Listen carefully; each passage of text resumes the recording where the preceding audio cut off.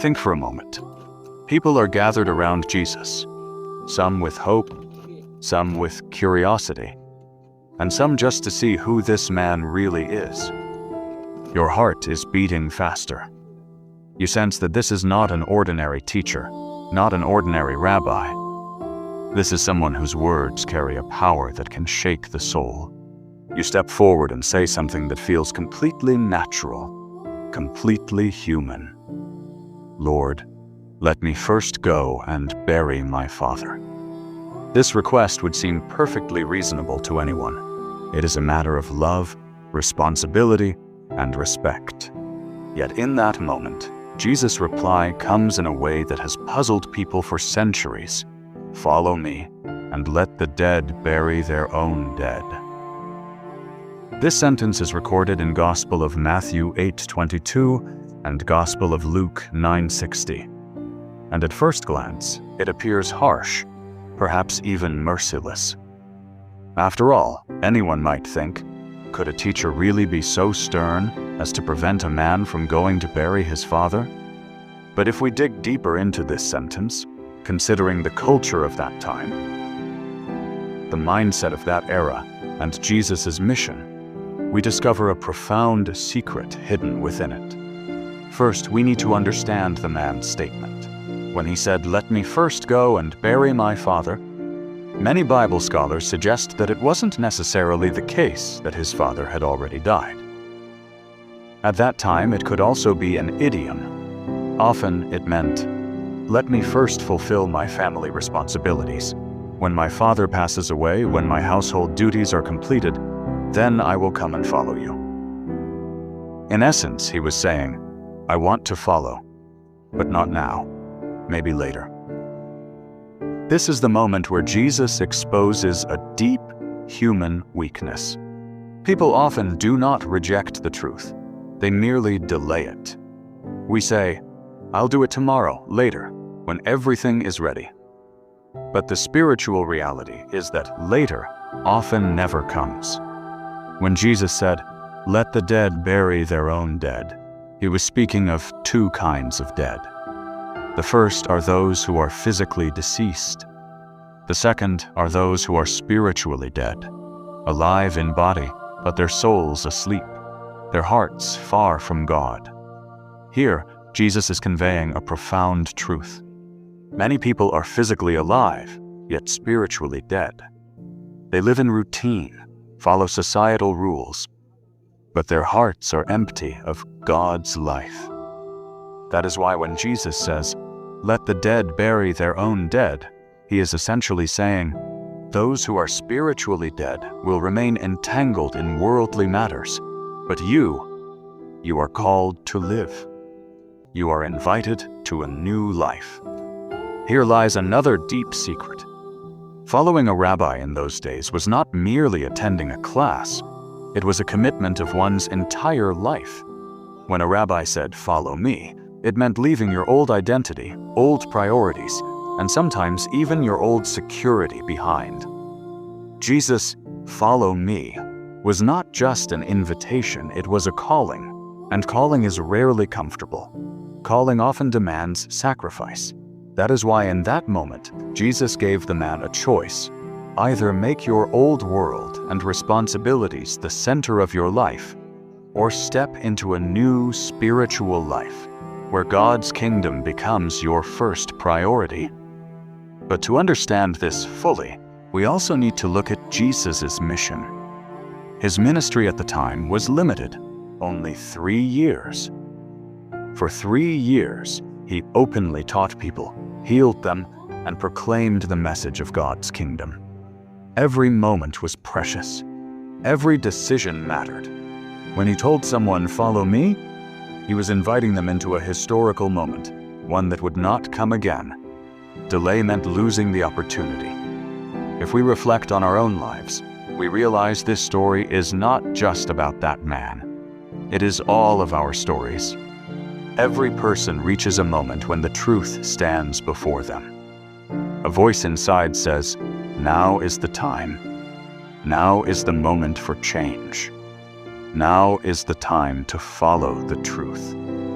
Yet often, we respond just like that man. Just a little later, let me finish this task first. Let me complete this responsibility first. And here, Jesus' words echo through centuries. Follow me. These two words are short, yet they carry the power to change an entire life. They are both a question and a challenge. The question: what is the greatest priority of your life? The challenge: are you truly ready to walk the path where everything may change? Imagine yourself standing there at that moment. If Jesus looked into your eyes and said, "Follow me," what would you do? Would you step forward immediately? Or would you say, "Lord, let me take care of this first, then I will come"? This story is not merely a historical dialogue. It is a mirror reflecting the human heart. It tells us that the greatest problem of humanity is often not evil, but delay. We do not reject the truth. We merely postpone it. Yet there is a spiritual principle. When God calls, that moment is precious. Some doors only open for a time. When they close, only memories remain that one was once called. Perhaps that is why Jesus spoke so directly and firmly. Let the dead bury their own dead. You follow me. The words may seem harsh, yet within them lies a strange and profound love. Jesus knew that whoever followed him would not merely follow a teacher. They would step into a life more powerful than death, deeper than routine, and alive in a way that rejuvenates the soul. To understand the depth of that moment, we need to pause and reflect a little more. Because when Jesus Christ said, "Follow me," it was not just an invitation to walk a path. It was, in fact, an invitation to a new life. And when he said, "Let the dead bury their own dead," these words were meant to shock human thinking. Jesus often used such phrases to jolt people so that they would be compelled to think. If we look at the full context of the Gospel of Luke and the Gospel of Matthew, we see that many people were gathering around Jesus at that time. Some genuinely wanted to follow him, but many others were just there to witness his miracles, to hear his words, or simply out of curiosity. Yet Jesus did not want followers who were only drawn by temporary excitement. He wanted disciples, and a disciple is someone who does not just listen, but transforms their entire life. In that era, a son considered it his highest duty to bury his father and fulfill family responsibilities. This was a deeply ingrained part of the culture. But Jesus was teaching a deeper truth. If God's calling comes today, it is more urgent than anything else. This is difficult to grasp because in human life, family is often the most important. But Jesus was not saying to stop loving one's parents. Rather, he was teaching that spiritual life has a priority, which sometimes conflicts with the normal priorities of the world. If we look at other parts of the Bible, Jesus himself taught respect for parents. In the Gospel of John, even when he was on the cross, he took care of his mother and told his disciple to look after her. This shows that Jesus did not reject the value of family. But he was teaching another profound principle. In spiritual life, there are moments when decisions must be made immediately. Delay can sometimes prevent a person from going the path they were meant to take. Think about what must have been going on in that man's heart. On one hand, he felt that there was a divine authority in Jesus. There was a light of truth in his eyes. On the other hand, his mind was full of his family, his society, and his responsibilities. This is the inner conflict every human experiences. When truth calls, two voices rise within us. One says, "Go, this is the truth." The other says, "Wait a little, now is not the right time." And here lies a profound spiritual secret. People often think they can follow the truth later, but life experience shows us that what we do not act on today often never happens. That is why Jesus' message was not just for that man, but for every generation. When spiritual truth calls you, do not postpone it. Let the dead bury their own dead has another meaning explained by many theologians. The world continues with its system. People are born, grow up, work, and then die. The cycle goes on. But spiritual life is about stepping out of that cycle. Jesus says that those who live only in the world system will remain busy in that system. But the person called to spiritual life receives a new direction. Another interesting point is that in the Bible, the concept of death is often not limited to physical death. Spiritual death means being separated from God. When a person becomes entangled only in material things and their heart drifts away from God, from the Bible's perspective, they are spiritually dead. That is why Jesus' statement can also be understood as poetic and symbolic language. Let those who are spiritually asleep continue with worldly tasks. But you, if you have seen the true light of life, do not turn back. This is not as simple as it seems, because following Jesus at that time was also a risky decision. It was the era of the Roman Empire. Religious leaders and political powers both viewed Jesus with suspicion. Anyone who openly became his disciple could face criticism, rejection, and sometimes persecution. That is why when Jesus said, "Follow me," he was essentially asking, are you ready to step out of your comfort zone? If we look at history, we see that those who immediately accepted that call had their lives completely transformed. Simple fishermen became messengers who changed the course of world history. And it all began at that moment when they heard just 2 words, "Follow me." The deepest part of this story is that Jesus never forces anyone to follow him. He only extends an invitation. The decision is always human. Perhaps that man later followed Jesus, perhaps he did not.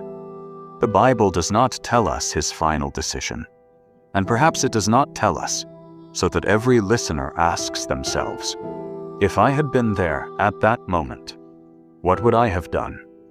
In every person's life, there are moments that can become turning points. One decision, one step, one commitment can change the entire direction. But often we fail to recognize these moments. We think it is just another normal moment. But from a spiritual perspective, some moments are not ordinary. They are invitations.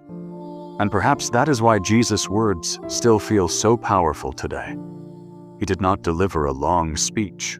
He did not explain a complicated philosophy. He simply said, "Follow me." Yet behind these words lies a whole spiritual world. A world where a person does not live only for routine, but for a higher purpose. And when Jesus says, "Follow me," it does not just mean walking behind him. It means understanding his mindset, embracing his love, and bringing into your life the light that was within him. It is a journey that is less external and more internal, because true change happens within the heart. Think, perhaps that day when that man stood before Jesus, he had no idea that he was about to hear a phrase that would challenge hearts even 2,000 years later. But sometimes a small dialogue creates a great echo in history. And Jesus' words still resonate in the air, as if asking every generation, if you were given the true light of life, would you have the courage to follow it? These were all ordinary people. They were fishermen, living simple lives. They had no special status, no advanced education, and their recognition in society was very ordinary. Yet when they heard the voice of Jesus Christ and accepted his "Follow me," a light entered their lives that began to set them apart from others. This being different was not arrogance or superiority. It was a difference in their inner life. Like a person coming out of a dark room into the light, suddenly their eyes begin to see things that were previously invisible. When a person began to follow Jesus, the first change happened within. Their perspective started to shift. Previously, they viewed the world only through survival and routine, but now they began to see a soul in every person. They sensed that life was not merely about earning bread or passing the day. Life had a deeper purpose. That is why, when the disciples traveled with Jesus, they were not just traveling with a teacher. They were witnessing a reality that was completely different from their former life. Imagine when Peter the Apostle left his boat to follow Jesus. His friends were probably astonished. They might have wondered what he was doing. But inside Peter, something else was happening. He felt that he was moving toward a life more alive than his previous one. That is why, when people followed Jesus, a new confidence and a new spiritual energy arose within them. The Bible speaks of a concept called spiritual life. When a person draws near to God, an inner life awakens within them. This is a life that is not only of the body, but of the heart and soul. When Jesus says some people are dead, he is pointing to this spiritual death. A person can be physically alive, yet feel empty inside. But the one who begins to follow Jesus gradually emerges from that emptiness. That is why disciples often displayed a strange joy and courage. Sometimes they remained strong even in difficult circumstances. This was not just due to willpower. It was because of the life they experienced by walking with Jesus. When a person becomes spiritually alive, their response to worldly situations becomes completely different. They live less in fear and more in hope. Here is another profound point. When a person follows Jesus, they do not only experience a new life, they also begin to realize their true identity. Many people go through life without understanding who they really are. They define themselves by society's roles. Some identify themselves by their work, some by their success, some by their family background.